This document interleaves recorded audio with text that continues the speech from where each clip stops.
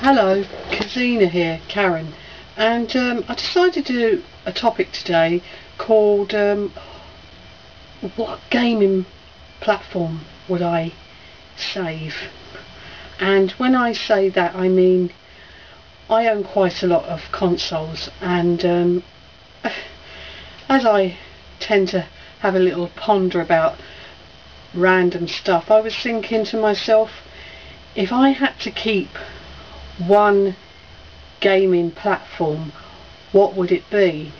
And I had a little bit of a think, and I've narrowed it down to 4, and the 4 are the original Xbox, the Dreamcast, the PlayStation 2 and the Amiga.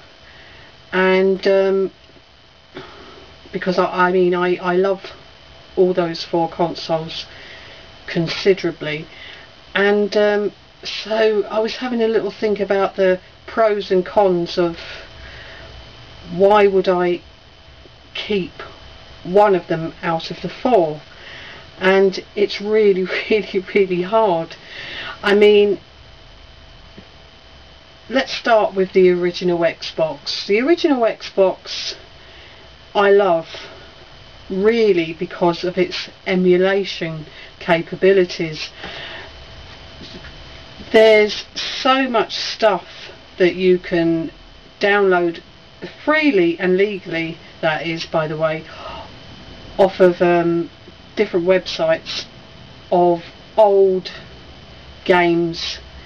You name it, more or less the Xbox can emulate it, and I'm talking about Neo Geo games, N64 games, Mega Drive, Sega Saturn, Amiga, albeit quite badly Amiga games. They're not great, but it's a very good machine for emulation, and I think that's purely the reason why I've kept it in my 4 machines to keep.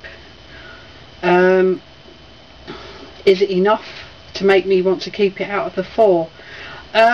Maybe not, because an original Xbox is quite easy to get hold of, and it's very easy to soft mod, and also it's quite easy to get hold of stuff to put on discs to play other platforms on it. So perhaps we might knock that one off.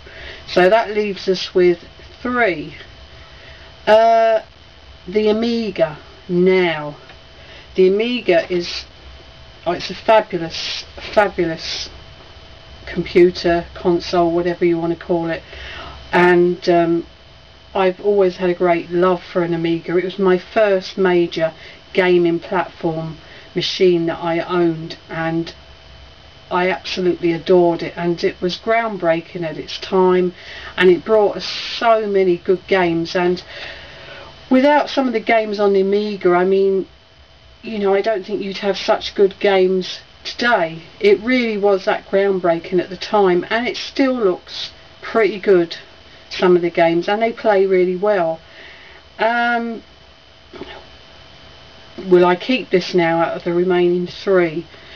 The answer is, and it pains me to say, and the only reason I'm going to say no is because living in the UK, it's quite easy to get hold of an Amiga, thankfully, at quite a reasonable price. I picked up my Amiga 1200 for 50 quid, and I was very happy to pay that, and I think I was very lucky to find it.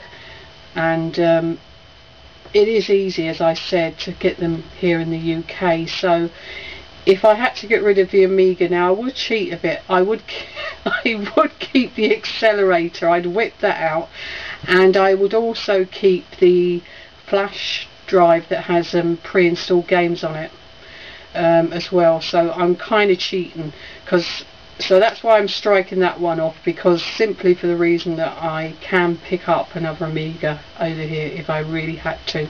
So now we're left with the PlayStation 2 and the Dreamcast, and I thought and thought about it, and I still am not 100% sure really which way to go. And so I'm going to talk about the Dreamcast next. The Dreamcast, again, I think I've said it before, but it is my favourite retro console. I mean, it just about kind of creeps under the door of retro, I think. It's not the oldest machine in the world, you know, but it can't, I think it can be classed as a retro machine now. I mean, it's no longer being made. I know they still make the odd game for it, but it is no longer being made, and so I think that makes it retro. I hope. And the Dreamcast brought us again so many wonderful and innovative games. Love it or loathe it, Shenmue was outstanding. There's my cat meowing in the background. Hello, you alright? Anyway, sorry. What was I talking about? Oh yeah, the games on the Dreamcast. The Dreamcast still looks brilliant now. The games play absolutely brilliantly. You know, Space Channel 5 is a great game. Virtual Tennis, I'm always bleating on about Virtual Tennis 1 and 2. It just plays so well. Soul Calibur, the original Soul Calibur, I mean, you put it in and it looks great. It plays brilliant. It's a completely playable console. You know, sometimes you might play the odd game on a games console and you think, oh, it hasn't really aged well, it doesn't really translate well, but I think with the Dreamcast most of the games stand up pretty well. So do I keep it? Gosh, it's such a hard one. I mean, in some ways in my opinion, it was a more superior machine than the PS2. So do I keep it? And reluctantly, and I might change my mind after this video, I think I'm going to say no, but I would cry giving it away, trust me. I'd bawl my eyes out, and Shenmue 1 and 2 and Skies of Arcadia will be staying with me, and Space Channel 5, they wouldn't be going anywhere. But I guess if I had to, I'd get rid of it. So that leaves me with the PlayStation 2. So the big question is, why are you keeping the PlayStation 2? You can walk into any second-hand game shop and pick up a PlayStation 2. You know, they're two a penny. You can get them anywhere. Go to a boot sale and people are selling them. And the reason is, for me, is I think that of all the gaming platforms I owned, I think the PlayStation 2 wowed me the most. And I mean, I'm talking about after how I was when I was first playing the Amiga, how wowed I was. And then I don't think a machine has wowed me so much as a PS2 at the time. And the fact is, I own so many wonderful games for the PS2. It's also backwards compatible, which for me is a big plus. So I also own a considerable amount of PS1 games, and I just think that's why it's pip in the post for me, and I'd keep it. It's probably not everybody's choice, and most people are watching this and thinking, what are you talking about? You know, I wouldn't keep that. I'd keep my blah blah blah from years ago, and I keep this and I keep that. But I don't know, it's just my opinion. I think that if I was put up against a wall that sounds a bit dodgy, I might have to change that. But if I was you know, really put up to it and said, listen, if you had to keep one console, what would it be?